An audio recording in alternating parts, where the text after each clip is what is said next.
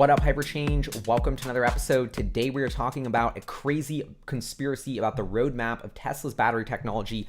I've been obsessed with this kind of moonshot theory for the past 48 hours, been researching it like crazy, and I'm frankly kind of stuck, and I'm just so fascinated by it, and HyperChange is about being bold, it's about being wrong, it's about being new, so there's a huge chance this is going to be wrong, but I just kind of want to open up where I'm at in my research process with you, the internet, because I need your help to figure this out, because it's so confusing, there's so many moving parts, I'm so out of my depth in terms of battery chemistry, understanding the physics, the science behind this. I'm way out of my depth, but I think I'm onto something really, really interesting. So without further ado, let's just get into it. Tesla is, yes, they make electric cars. Yes, they make solar panels. Yes, they make huge batteries. They purchase the most lithium ion battery cells in the world. Originally designed for consumer electronics, Tesla repurposed the lithium ion battery from, laptops and cell phones into electric cars, stringing 4,000 of these little cells together in a massive battery, which has single-handedly transitioned the world to electric vehicles, inflecting the entire industry. So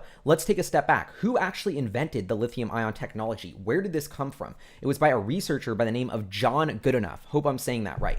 He is a legend in the battery space. You may have heard of him because just this year, he actually won a Nobel Prize for his work developing the lithium ion battery. John Goodenough, essentially, his research in academia laid the groundwork for Tesla bringing this technology to market and getting where they are today. So John Goodenough, who right now is alive and 97 years old, if you're watching this, huge shout out, you're epic, in 2016 released a paper about a new technology building on his essentially lithium ion technology that was more efficient, a solid state glass electrolyte version.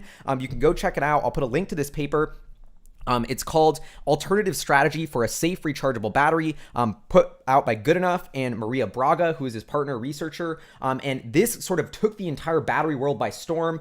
Everyone thought the performance characteristics were way too good to be true. It was a huge step up in the efficiency, or you basically needed a smaller battery pack, but could still hold way more energy and was able to last for way more cycles. So sort of kind of a big breakthrough in the lithium ion or battery world if it was true. It was met with a lot of skepticism. People were like, no way this is actually going to work, da-da-da-da.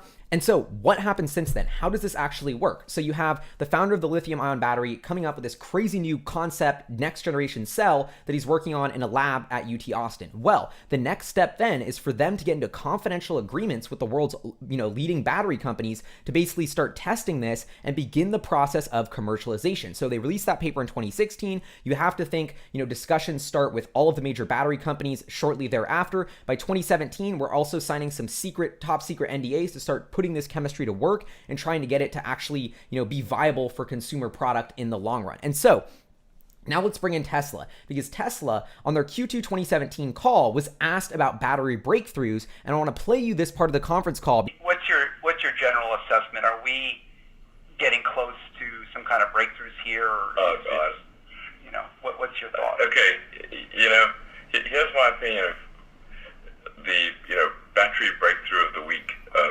Battery breakthrough du jour. When somebody has like some great claim that they've got this awesome battery, you know what? Send us a sample. Or if you don't trust us, send it to an independent lab where the parameters can be verified. Otherwise, STF. Mm-hmm. Yeah.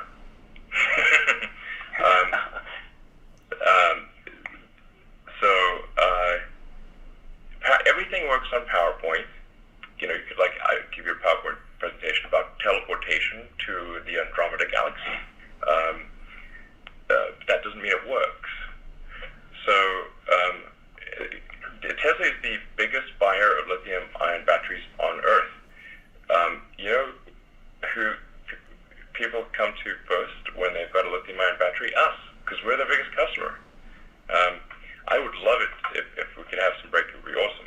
I think there are some interesting things on the horizon, but then the time takes from something working in the lab to working at moderate production levels to working at high production levels to optimizing the cost is several years. So it's not like it suddenly pops out of nowhere. JP, do you want to add to that?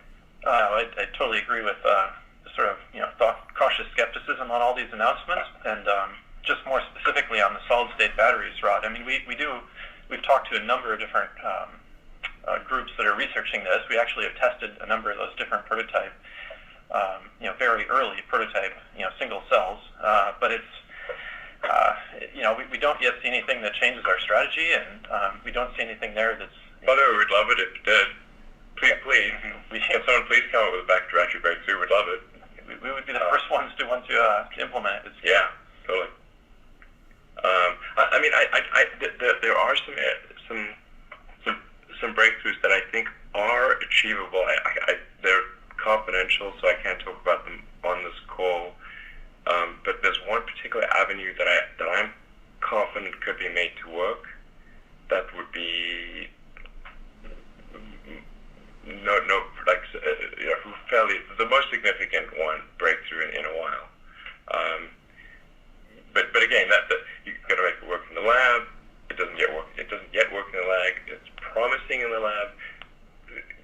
You go from the lab to small production, then you go to large production, then you get to cost optimization. These are several years. Okay, I wish it was shorter.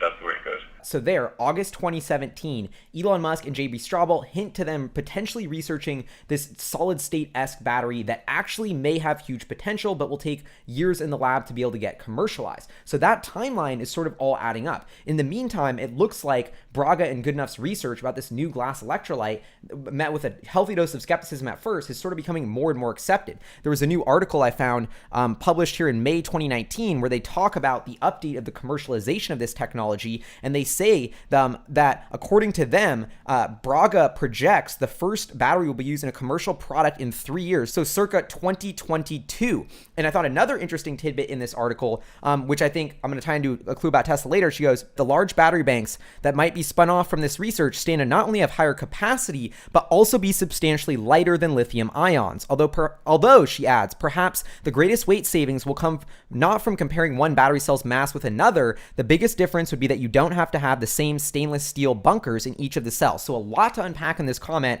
about how this breakthrough results in a consumer product. But I think, a lighter battery that has substantially more capacity, to me, fits in with exactly what Tesla is developing. The Model S going around the Nürburgring, which also has to have a more advanced cooling system, which they also talk about. Sealing off each battery cell from each other to reduce the risk of runaway fire would not be necessary with a non-flammable battery, as would any extensive battery management system that carefully monitors battery performance in EVs and other technologies that use large banks of batteries. The BMS is to control temperatures, she says. In our case, we don't have to have that. In fact, she adds, up to a point, rising temperatures only increase the electrolyte's performance. So there's something to do with the temperature control of this new Goodenough Braga battery that's way different. The weight or the amount of battery you can squeeze into the same amount of weight is way higher. Think about the semi-truck. Think about the Roadster, where people are calculating the size of those battery packs to hit those specs didn't quite add up unless there was dramatic weight savings. Maybe they're implying this battery breakthrough. Remember, the semi-truck and Roadster debut happened in late 2017, which would have been about 4 months or 5 months after Elon and JB had already began testing this technology, according to that conference call. Then the most interesting thing about this, which I think this is going to be the shoe to drop, the clue, this would be like the real piece of evidence, is that they claim the battery initially even increases its capacity as you charge it and discharge it. So it keeps getting better. This prototype solid-state battery based on lithium-ion glass faces criticism over claims its capacity increases over time. So as you use it, the range of your car would actually increase a little bit according to the weird way that this battery works. And so if we start to see data where the Tesla's new technology increases the length of the battery, or their new research, or Jeff Dahn's paper, or any sort of thing coming out of them shows this same characteristic, there's a good chance that that is a sign they're working with this Goodenough Braga battery. The other thing I want to bring in is Jeff Dahn. Speaking of Tesla's outside contractor research, Tesla signed a partnership with in 2015 to outsource a bunch of lithium-ion cell battery research. When in 2017 Goodenough's breakthrough hit the wires, Jeff Dahn was quoted saying it's kind of like cold fusion. Here's an experiment that is unbelievable, said Dalhousie University Jeff Dahn, a leading researcher whose Canadian laboratory is on contract with Tesla. There could be a small possibility that it's right. So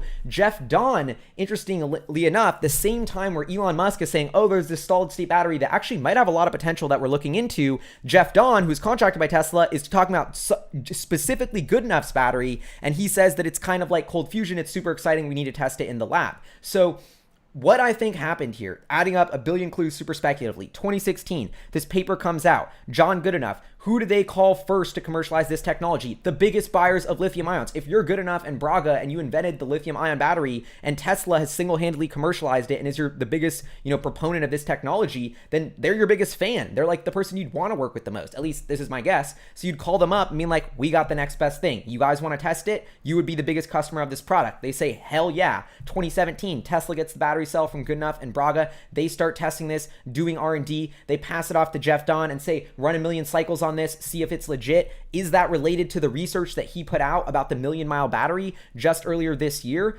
where the biggest improvement is a huge increase in the amount of cycles that battery can have? I don't know. This is where I'm a little bit out of my depth and need you. But I think that could be the sort of progression here if it were to be happening. And now we have the timeline lining up to, okay, it seems like a couple years have passed. Maybe they've started to validate this new glass electrolyte technology in the lab. They're starting ready to scale it up. That's why they're moving more into vertical, battery production. That's why they bought Maxwell. That's why they're buying High Bar Systems, because they actually want to be able to build this battery themselves and start to commercialize this next generation technology. So to wrap it up and sum up my theory here, John Goodenough, the guy who invented the lithium ion cell, which is the backbone of Tesla's technology, has a breakthrough new battery. I totally am a huge skeptic of solid state battery breakthroughs, all of that. I think all of it's BS. But I think when the guy who literally invented the technology that all of our Teslas run on today says he's got something better, that might be worth listening to. And of course, Tesla has the resources and was connected enough to be testing that. So there's been nothing about this online. I Googled the crap out of it. I couldn't find anything. Nobody's talking about this,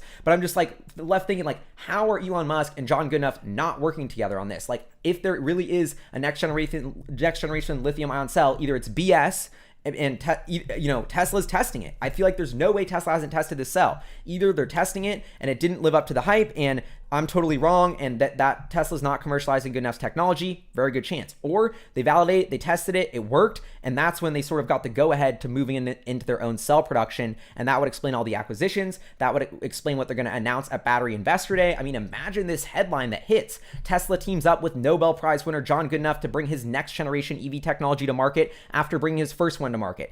I think this could be the cat out of the bag that they want to release at Battery Train Investor Day, or I don't know. Anyway, I just wanted to leave you with this because it's a totally unformed opinion. I have like a million ideas swirling. I'm sorry if this episode was a little all over the place, but I think there's so much interesting stuff to unpack here, and I feel like not enough people are speculating about this connection and the timing. The timelines line up too perfectly for me to ignore this. So this is HyperChange. Once again, huge shout out to Patrick and his channel for talking to me about this. So you should definitely check out his channel if you want to learn more. This is HyperChange. Huge shout out to our Patreon supporters, producers, fun in the channel. I'll see you guys next time.